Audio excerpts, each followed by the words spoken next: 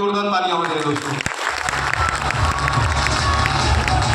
Thank you very much.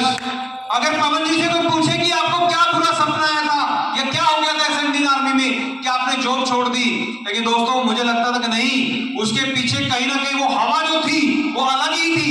लेकिन मुझे ऐसा लगता था कि नहीं लखविंदर, उस कंपनी का अगर 50% रोल है तो तू भी 50% का भागीदार है। तूने भी अपना पूरा रोल अदा किया है उन लोगों की नौकरी छिड़वाने में, मोटिवेशन देने में, अपने चेक कम वायरल करते थे। वो हवा ही अलग थी, लगता था ये दिन जाएगी नहीं, दूसरे आएंगे नहीं, जिंदगी ऐसी ही चलेगी। लेकिन दोस्तों धीरे धीरे धीरे बदलाव की चपेट में हम लोग आए और दोस्तों एक समय ऐसा आया जब मेरे नेटवर्क के लोगों को सर्वाइव करना मुश्किल हो गया।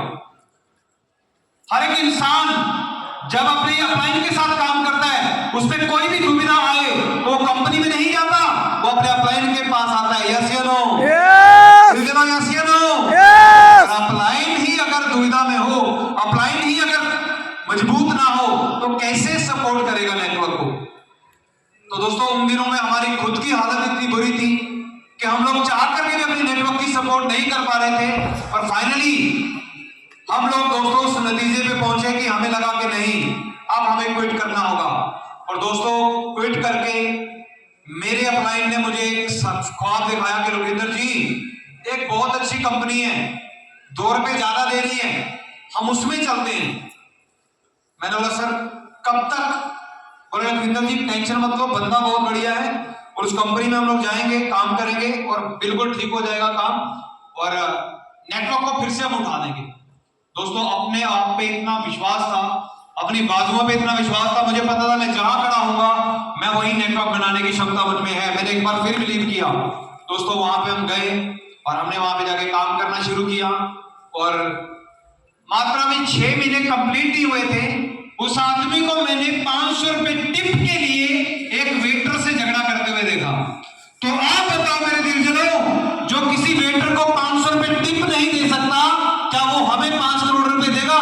नो नहीं देगा। मुझे लगा लखविंदर सिंह फिर से दिक्कत आएगी, फिर से परेशानी, अभी तो 4 कदम ही चला है, लौट अपने घर। लेकिन दोस्तों उस समय हालत इतनी ज्यादा टूट चुकी थी अंदर से, मुझे लगा था कि नहीं यार इसमें काम ही नहीं करना है, डायरेक्ट सेलिंग इंडस्ट्री में काम ही नहीं करना है। और दोस्तों वहां से टूट के मैंने अपना खानदानी काम, जो भी हमारा छोटा बड़ा ट्रांसपोर्ट का काम था, मैंने वहां काम करना शुरू कर दिया।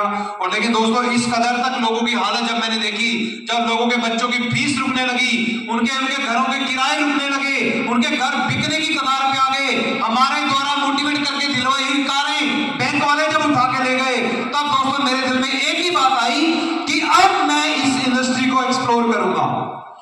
अब मैं 32 साल से चलते हुए ढोंग का खात्मा करने वाला हूं।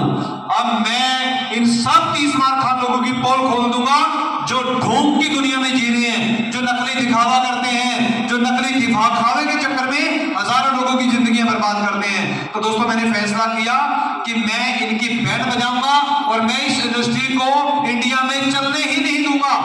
ऐसा भ्रम, ऐसा एक मेरे दिमाग में फतूर चढ़ गया कि जितना होगा मैं इन 30 मार खान लोगों के कपड़े उतारूंगा, मैं बताऊंगा कि कितना कितना अजीबोगरीब ढोंग ये लोग करते हैं, कैसे जिंदगियां खराब होती हैं लोगों की, कैसे लोग मोटिवेशन में आकर अपना करियर खराब करते हैं। और दोस्तों उसकी तैयारी मैंने शुरू कर दी।